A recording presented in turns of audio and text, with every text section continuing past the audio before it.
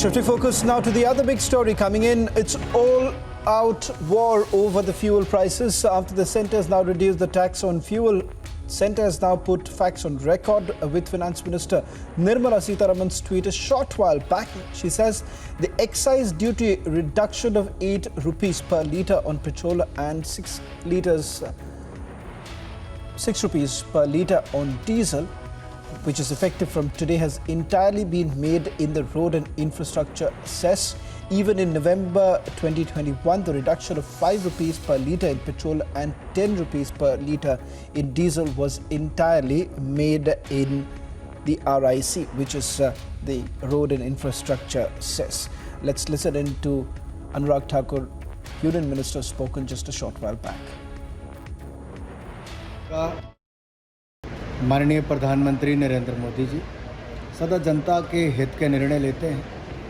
अगर आप देखें, आपदा के समय किसी देश में 80 करोड़ लोगों को 2 साल से ज़्यादा समय में मुफ्त में अनाज देने का काम हुआ तो भारत में, मुफ्त में वैक्सीन 190 करोड़ लगी तो भारत में लगी। इसी तरह से पेट्रोल और डीजल के दाम दुनिया भर में, जिस तरह से कच्चे तेल के दाम बढ़े उसके बाद प्रभाव भारत में भी पड़ना ही था, लेकिन जनता के हितों को ध्यान में रखते हुए इन दामों में एक्साइज में कटौती की गई है और हमें आशा है कि राज्य भी अपने अपने स्तर पर सब जगह टैक्स में कटौती करेंगे ताकि आम नागरिक पर प्रभाव न पड़े। इससे पूर्व भी मोदी सरकार ने टैक्स में कटौती की थी, लेकिन कुछ राज्यों ने, जो विपक्ष शासित राज्य, उन्होंने वहाँ पर कमी नहीं लाए थे, अपने राज्यों में टैक्स की कटौती नहीं की थी। मुझे आशा है इस बार वो भी करेंगे ताकि आम नागरिक को इसका लाभ मिल पाए। आज पूरी दुनिया में आर्थिक तंगी और मंदी का दौर चल रहा है। सप्लाई चेन बुरी तरह से बाधित हुई है। चारों तरफ जो है वो किल्लत और क्राइसिस से पूरी दुनिया जूझ रही है, ये किसी से छिपा नहीं है।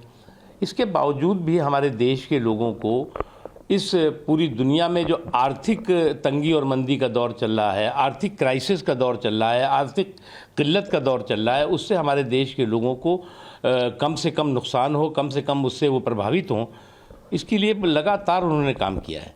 और जो एक्साइज ड्यूटी घटाई गई है उसका ही एक नतीजा है और एक ही उदाहरण है। देखिए, अब जो लोग बड़े बड़े ज्ञान देते थे, बड़े बड़े डींग मार रहे थे, ये उनके लिए परीक्षा का समय है और उनको भी कम से कम थोड़ी सी संवेदनशीलता दिखानी चाहिए और लोगों पर बोझ कम से कम इस क्राइसिस के समय में हो, किल्लत के समय में हो, इसकी कोशिश करनी चाहिए और दिखाना चाहिए कि हाँ, वो भी संवेदनशील हैं थोड़े बहुत भी। Is disrespect for courts becoming a pattern?